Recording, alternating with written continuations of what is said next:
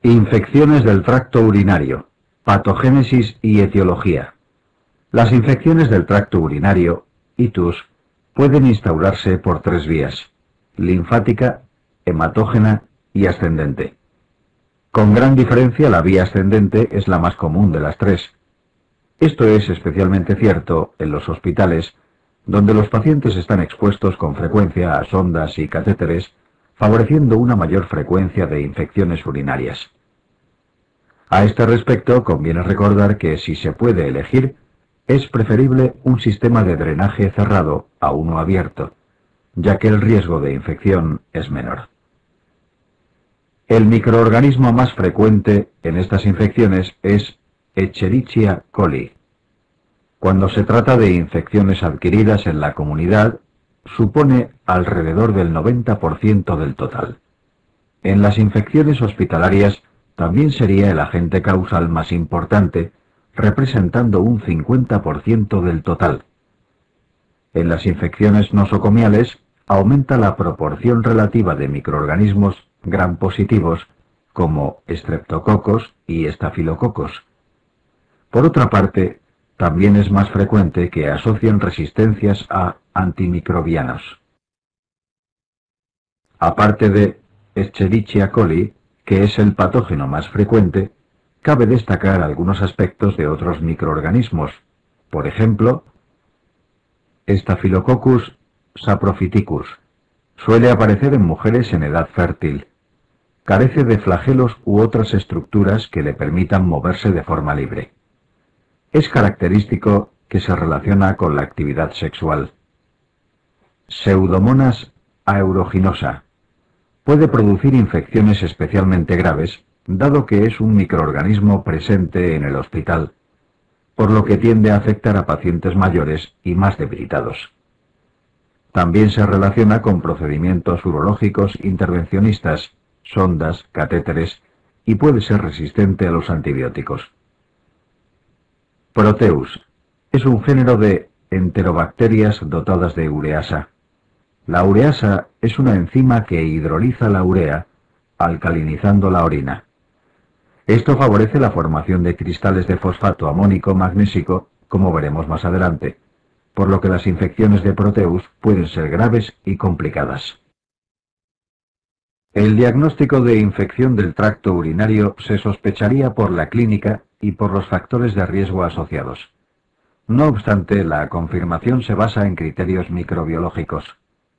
Para ello, se emplea el cultivo cuantitativo.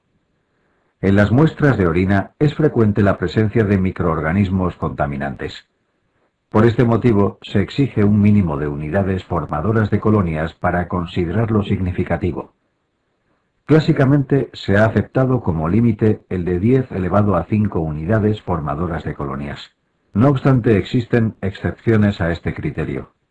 Por ejemplo, si se obtiene la muestra mediante una técnica muy limpia, punción suprapúbica en vez de micción espontánea, bastaría hallar cualquier número de gérmenes para darlo como significativo. En cuanto a su tratamiento, existen muchas alternativas válidas para este tipo de infecciones. Se consideran útiles, entre otros, los siguientes antibióticos: amoxicilina ácido clavulánico, cuyo amplio espectro cubre la mayor parte de las bacterias implicadas. También puede recurrirse a otros betalactámicos, pero este es el más habitual. Cotrimoxazol. Aunque es eficaz, debe evitarse durante la gestación porque aumenta el riesgo de encefalopatía kernicterus. Quinolonas. Son muy útiles por su elevada eliminación urinaria, pero también deben evitarse en embarazadas, puesto que son teratógenas. Fosfomicina. Un antibiótico creado en España. Su nueva formulación, fosfomicina trometamol, permite una sola dosis, con lo que facilita el cumplimiento. El problema que presenta son las resistencias antibióticas. Aminoglucósidos. Se administran por vía parenteral. por lo que se reservan para infecciones graves en pacientes hospitalizados. La bacteriuria asintomática se define como la presencia de más de 10 elevado a 5 unidades formadoras de colonias por mililitro, UFC por mililitro, que deben aparecer al menos en 2 urocultivos, en ausencia de síntomas. No es necesario tratarla, salvo en los casos en los que conlleva un riesgo de infección clínica o daño orgánico. Las principales indicaciones de tratamiento serían menores de 5 años. Recuerda que durante los primeros años la presencia de reflujo vesicoureteral es frecuente, con lo que las bacterias podrían alcanzar el riñón con más facilidad. Embarazadas. La progesterona produce una dilatación de la musculatura lisa de los uréteres, lo que predispone al reflujo. Inmunosuprimidos. Bacteriuria por Proteus, por la mayor gravedad que podría implicar, como se verá más adelante en el tema de litiasis urinarias. La bacteriuria asintomática no se trata en pacientes sondados permanentemente. Sí podría recomendarse el empleo profiláctico de algún antibiótico previo a la sustitución del catéter, a fin de contrarrestar la posible diseminación hematógena del germen producida por la manipulación. Pero insistimos en que esto no es sinónimo de tratamiento como tal. En el paciente sondado con bacteriuria asintomática, incluso sería posible no hacer esta profilaxis y limitarnos a cambiar la sonda. Sin embargo, si la bacteriuria persiste a los 3 días de retirar la sonda, habría que tratarla. Cabe la posibilidad de que en algunos pacientes no sea posible retirar la sonda. En estos casos, el tratamiento de la bacteriuria sería muy poco eficaz. Por lo tanto, no se tratará en todos los casos, sino únicamente en los que aparezcan síntomas o en los pacientes con alto riesgo de que se produzca bacteriemia. Las infecciones bajas del tracto urinario, como las cistitis, pueden ser tratadas en mujeres con pautas cortas o convencionales. Los tratamientos convencionales consisten en pautas de 7 días. Esto tiene el inconveniente de un mayor coste económico y de que dificulta el cumplimiento. Actualmente se tiende a emplear un régimen más corto de 3 días o incluso monodosis. Aparte de simplificarse el tratamiento, la incidencia de efectos adversos es menor. El problema que se plantea es una mayor tendencia a la recidiva. Existen casos en los que es preferible emplear pautas convencionales, como en las mujeres embarazadas. En caso de que se produzca una pielonefritis o haya anomalías de la vía urinaria, también habría que evitar las pautas cortas. La infección recurrente se define como la presencia de 4 o más episodios al año.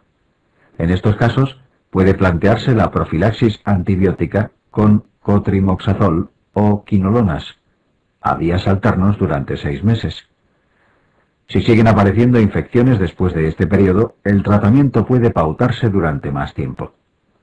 En cualquier caso, es importante aconsejar también medidas generales como beber abundante agua. En caso de que las infecciones guarden relación temporal con el coito, una posible solución es la administración del antibiótico después del mismo. En casos leves o moderados, puede plantearse tratamiento antibiótico oral. Sin embargo, si la infección es nosocomial o el paciente es grave, habría que recurrir a la vía parenteral. Por supuesto, ante una pielonefritis no sería recomendable emplear pautas cortas. La causa más frecuente de pielonefritis es Escherichia coli, pero en las infecciones nosocomiales pueden implicarse otros gérmenes, como el enterococo o Pseudomonas aeruginosa. Siempre que sea posible, el antibiótico se elegirá en función del antibiograma. En principio, la ampicilina sería una alternativa útil en el caso del enterococo. Para Pseudomonas podrían emplearse cefalosporinas, antiseudomónicas, ceftazidima, ureidopenicilinas e incluso aminoglucósidos. En caso de que la respuesta al antibiótico no sea adecuada, debería realizarse una ecografía para descartar obstrucción, litiasis o la formación de un absceso renal o perirrenal. En el varón, estas infecciones son mucho menos frecuentes que en mujeres, ya que la uretra masculina es mucho más larga. Sin embargo, si un varón padece una infección del tracto urinario, se considera complicada de entrada. En la mayoría de los casos, habrá afectación prostática, renal, malformaciones urológicas o litiasis asociadas.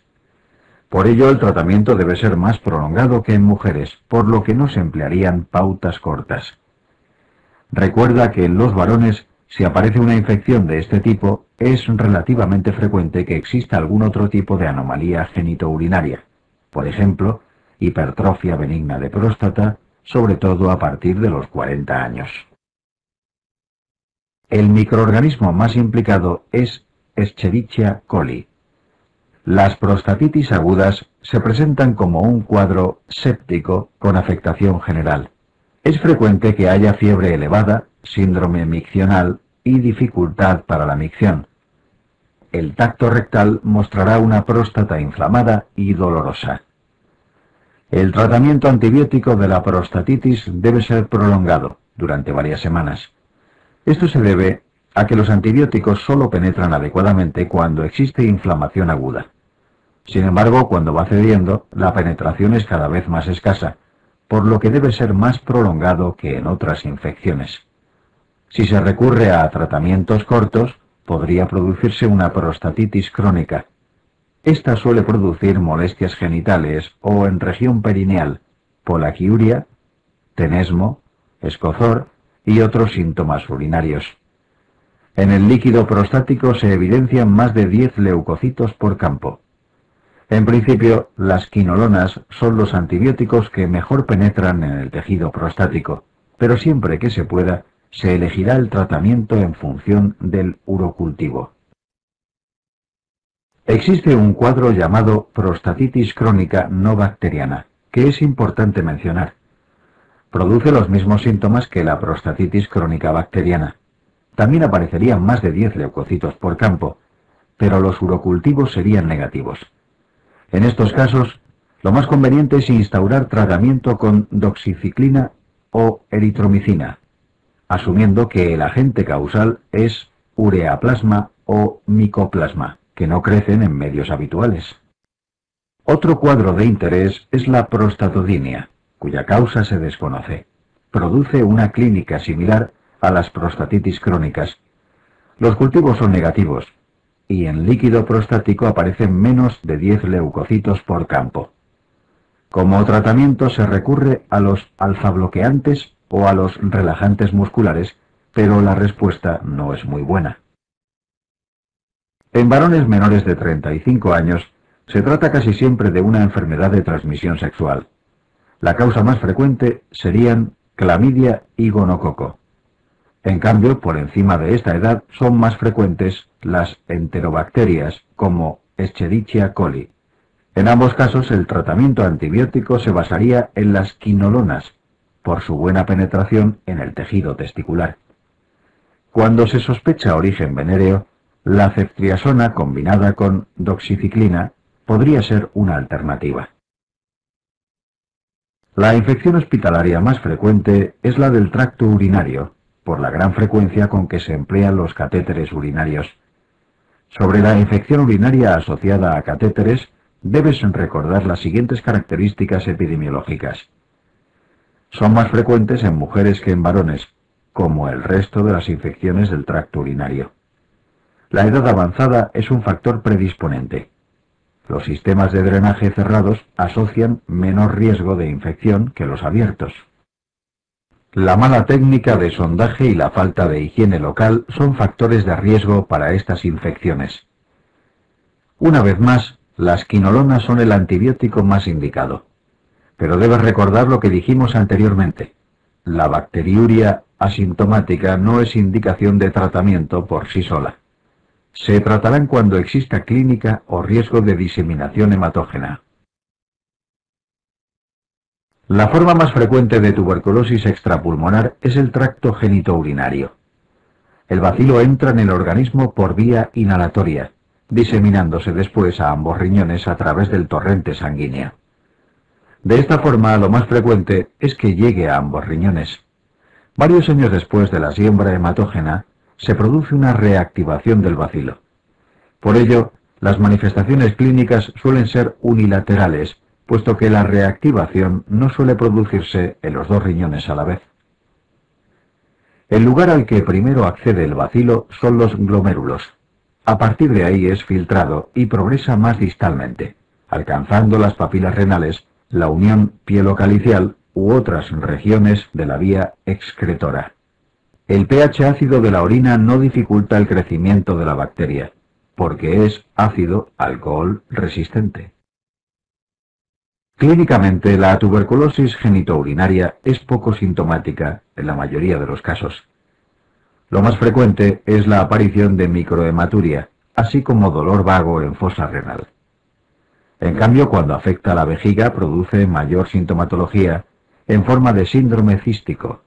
Es frecuente que se confunda con una cistitis de otra etiología, por lo que no responderá a los antibióticos habituales. En el caso del varón, es típica la afectación concomitante del epidídimo, que estará endurecido a la exploración.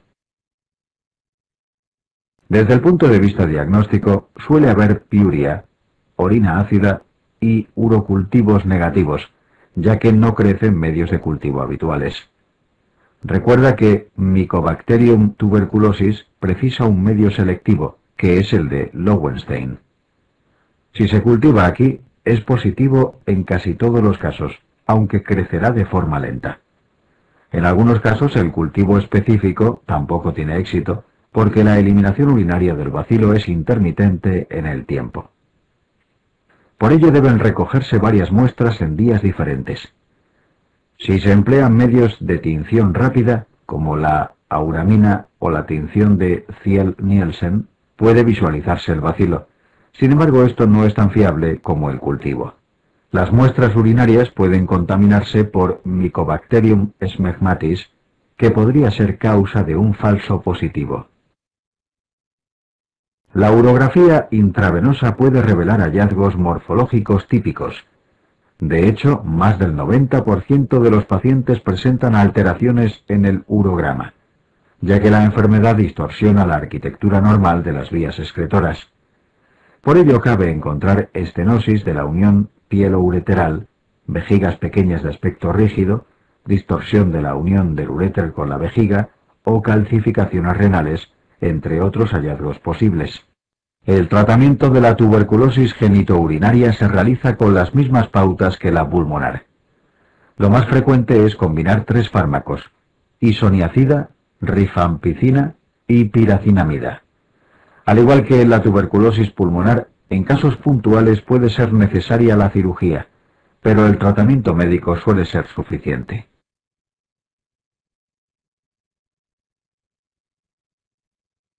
La cistitis intersticial es una enfermedad inflamatoria de causa desconocida. Algunos autores piensan que es un cuadro de origen autoinmune, pero lo que está claro es que no es de origen infeccioso. Aparece en mujeres de mediana edad, manifestándose como un síndrome cistítico crónico, con dolor suprapúbico, nicturia y disuria. Es frecuente que se haya tratado sin éxito con varios antibióticos, pensando erróneamente en una cistitis bacteriana. El diagnóstico de cistitis intersticial se alcanza por exclusión. Deben descartarse otras causas más probables, como la cistitis bacteriana o tuberculosa, la litiasis vesical o los tumores vesicales. Excluidas estas patologías, existen 2 hallazgos típicos en la cistoscopia: las petequias submucosas y las úlceras de Hanner. Es importante realizar una biopsia, que servirá para descartar un carcinoma in situ. El tratamiento de esta enfermedad es poco eficaz, ya que la causa se desconoce. No supone riesgo vital, pero repercute seriamente en la calidad de vida de estas pacientes. En algunos casos se obtiene algo de mejoría con distensiones hidráulicas vesicales, intentando aumentar la capacidad de la vejiga. En otros casos se recurre a la amitriptilina oral u otros antidepresivos, e incluso a cistectomías en casos desesperados. En cualquier caso, la respuesta suele ser insatisfactoria.